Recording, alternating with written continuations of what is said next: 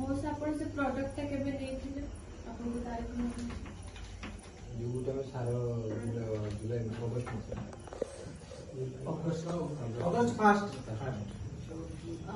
आपण केते घरे केते पकेइले व्यवहार करथिले सेटा द्वारा ओडी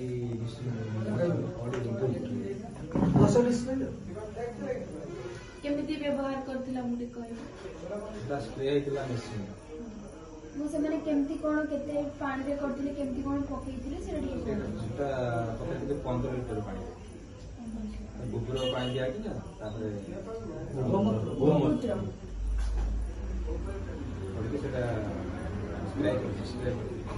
आपण आपसी परिवर्तन देखि नाना बंदे माने आगो अपेक्षा जेमति आपण को हुए एबे टिके भलो हेछि ना आगो अपेक्षा भलो हेछि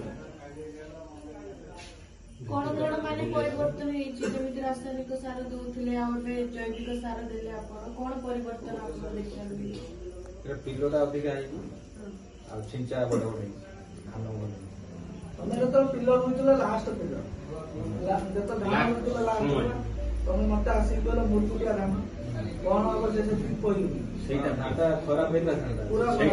सेटा पइलु लाटा खराब हेला ता पकला सेटा जुदा होले पिलो बेसी हेला धान के भलो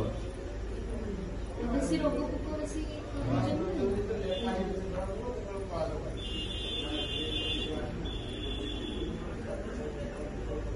पाख जमी तो चाष करते पाख जमी माने हिरो पाख जमी एपट जमी तो कोन फरक से जो खंडे पकाइथिले ओरी से धानटा भलो है पाख के अते है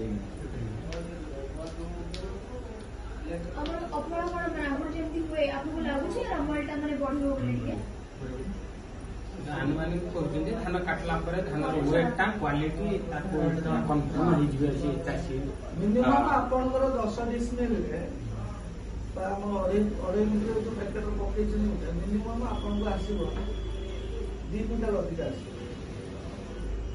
बेसी ने अनुमानिक 2 क्विंटल पाउ 4 क्विंटल प्लस करेबो 2 क्विंटल पाउची 2 क्विंटल अधिक निश्चित आगामी सामना वर्ष को जब पुणी यहाँ यूज करेंगे आपंकर रासायनिक सार कम करेंगे बहुत कम करेंगे जहाँफल कि यहाँ प्रयोग कले दुगुणित धान निश्चित आप अमल करेंगे धानटा टिके सारू कहले कहले यूज कर धानटा भलो सेटा यूज कला धानटा भलो बर्तमान सुनील राउत ये प्रोडक्ट विषय आगुरी अवगत अच्छा अवश्य धानर परिवार पकड़ा बहुत इच्छुक थिला बेले से समय सीमित भितर पकई पारे कारण आमर जो बना आसूला बात्याटा आसूला से समय पकई पारे टाइमटा से सार ठार आम किसी प्रोडक्ट विषय जाना शुणी कि प्रयोग करना सार कौन कहते से इच्छुक अच्छा परिवा बहुत किसी लगाती से कौन कहते प्रडक्ट पकेले रेजल्ट आसो सार आप परिचय देखिए ना काटिले तो भिडियो बोलते